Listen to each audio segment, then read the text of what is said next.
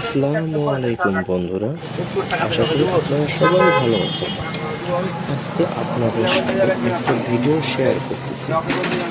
এই ভিডিওটা হলো রাজশাহীর বিখ্যাত বিখ্যাত বললে আপনারা এখন সবাই বুঝতে পারতেছেন যে এই জিনিসটা কি। এই যে একটা চাচি বা মুরব্বী, উনি এই জিনিসটা তৈরি করতেছেন। রাজশাহীতে গেলে সবারই এই জিনিসটা কিন্তু একবার হলেও খেয়ে দেখতে ইচ্ছে করে। বা রাজশাহীতে না যান, বা রাজশাহীর ঐতিহ্যবাহী খাবার বললে কিন্তু সবাই এক নামে বলে ফেলতে পারেন জিনিসটা কি। আপনারা নিজেরা এতক্ষণে বুঝে গেছেন এই জিনিসটা কি তৈরি হচ্ছে। এখানে এখানে আমি নতুন করে নামটা নাই বললাম। এখানে আমরা রাজশাহীতে ঘুরতে যাব আর রাজশাহীর বিখ্যাত খাবার খাওয়া হবে না তা কি হয়? ওই জন্যই সেই বিখ্যাত খাবারটা কিভাবে তৈরি করা হচ্ছে, কি প্রসেসিংয়ে, তা আপনাদের সাথে শেয়ার করলাম। আপনারা দেখুন যে কিভাবে সেই বিখ্যাত রুটিটা তৈরি হচ্ছে মাটির চুলায় কিন্তু আসলেই অদ্ভুত একটা স্বাদ অনুভব করা যায়। মাটির চুলা বলতে গেলে যে বুঝতে পারি আমরা যে খড়ি দিয়ে রান্না করতে হয়, অর্থনৈতিক কিছু এটা।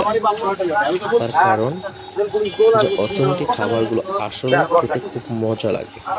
আমরা বর্তমান সচরাচরে আপনার অধিকাংশ গ্যাসে রান্না খাবার খেয়ে অভ্যস্ত, কিন্তু মাটির চুলার রান্না করা খাবার বা লাকড়ি বা খড়ি দিয়ে রান্না করা খাবার আসলে অন্যরকম স্বাদ। দেখুন আমাদের সেই চাচি কিভাবে সেই নিজে হাতে ডো তৈরি করে স্পেশালভাবে তৈরি করে দিচ্ছে আমাদের। এখানে আমরা দুইটা স্পেশাল রুটি নিয়েছিলাম যেন আমরা বেশি খাবারের স্বাদটা পাই। একটা রুটি আগেই মাটির তাওয়াতে তুলে দিয়েছে, সেটা রেডি হচ্ছে, এবং আরেকটা রুটি 50% উনি কাজ করে রেখেছে যেন রুটি আমাদেরকে উনি দিতে পারে। এই হলো রাজশাহীর বিখ্যাত কালাই রুটি, যা আপনাদের এতক্ষণ বলা হয়নি, এখন বলে দিলাম। রাজশাহীর অত্যন্ত বিখ্যাত হলো কালাই রুটি। দেখুন যে কিভাবে সেটা তৈরি করা হয়, এবং রুটির মানে কি বলবো, যখন খেয়েছিলাম এটার স্বাদ বলতে কোনো কিছুই নেই।